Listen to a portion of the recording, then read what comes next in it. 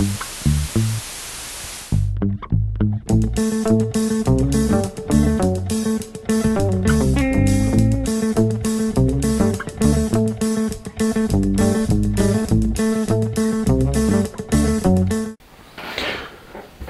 bienvenue à toutes et à tous sur Cocotte TV. Aujourd'hui, nouvelle vidéo de présentation qui porte une nouvelle fois sur un boîtier, sur le tout nouveau Core 3500 de Fractal Design dans sa version fenêtrée.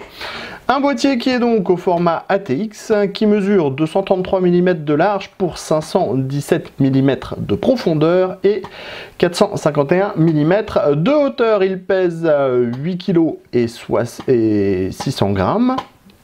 Il est compatible ATX, propose 7 slots d'extension, peut accueillir des cartes graphiques de 260 à 430 mm. Il pourra également accueillir 4 disques durs ou 4 SSD dans des plateaux dans une cage. On pourra également mettre 2 SSD sur des emplacements dédiés. Au niveau de la ventilation, il est livré avec 2 ventilateurs de base, des ventilateurs qui sont en 140 mm. Au niveau du tarif, on sera à peu près entre 69 et 75 € selon les boutiques. On se lance tout de suite dans la découverte de ce Core 3500. Nous voilà donc devant ce 3500. Comme toujours, nous allons dire que nous sommes face à un boîtier ultra sobre au niveau du design, c'est normal, on est tout simplement chez Fractal Design. Au niveau de la face avant, on reprend un petit peu l'esprit classique des autres boîtiers qu'on a déjà vu chez Fractal Design, et on reprend aussi la matière plastique qui imite l'aluminium sur cette face avant. Après, on a un entourage qui est en plastique plus lisse et on trouve 2 grilles en mèche le long de la face avant. Un petit logo Fractal Design dans le bas et 2 baies 5,25 pouces qui seront disponibles pour des ODD par exemple. Sur le premier côté, on va trouver une fenêtre en plexi, elle est teintée, ça permettra d'avoir une vision sur le hardware. À l'arrière, on a donc tout d'abord une petite grille, donc ce qui laisse entendre qu'on aura un peu plus d'espace que d'habitude, par exemple pour un radiateur de water cooling dans le haut. Ensuite, on a une grille avec un ventilateur en 140 mm, la grille est compatible 120 mm. On a l'emplacement de la plaque IO-Shield de la carte mère. On trouve ensuite 1, 2, 3, 4, 5, 6, 7 slots d'extension.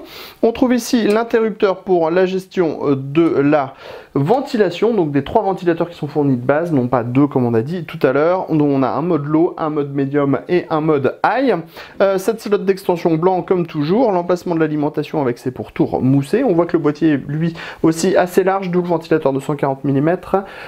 Dans le haut, et on a des vis à main pour le maintien des différentes portes. Sous le boîtier, on a le filtre amovible de l'alimentation, mais on va y revenir. Si on passe sur le côté droit, rien de spécifique à regarder. On passe donc en dessous. Sous le boîtier, on a des pieds qui sont malheureusement en plastique dur et sans caoutchouc. On en a 4. On a ensuite le filtre, donc le filtre qui est à destination de l'alimentation, il est amovible bien sûr, mais aussi à destination de l'emplacement additionnel en 120 à 140 mm. On note également qu'on a des vis au niveau de l'emplacement de la cage HDD, ce qui veut dire que cette dernière est amovible. On pourra aussi, si on tire sur la façade, démonter cette dernière. Les entrées d'air sont filtrées sur les côtés. On a de base un ventilateur de 140 mm, on pourra en placer un second en 140 mm, il est gainé plutôt très proprement avec une prise 3 pins. Ça se remet en place facilement. Sur le dessus du boîtier, on va trouver 2 emplacements en 120-140 mm, donc on voit les trous de fixation, 140, 120. Compatibilité 200 en 240 et 280 mm pour les radiateurs de water cooling, et on trouve de nouveau un ventilateur de 140 mm qui est placé en extraction. Pour rentrer dans le boîtier, rien de plus simple, il suffit de retirer 2 vis à main, 2 pour chaque panneau.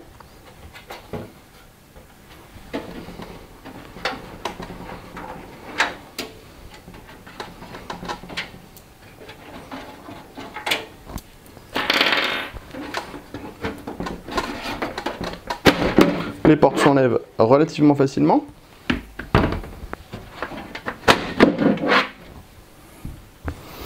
Au niveau niveau du châssis, on est sur quelque chose de très classique à la Fractal Design, donc noir et blanc. Ici, on trouve d'abord les deux baies 5,25 pouces, montage par vis à main. Ensuite, on a le ventilateur de 140 mm avec le second emplacement en 120-140 mm. On a la cage HDD qui est amovible.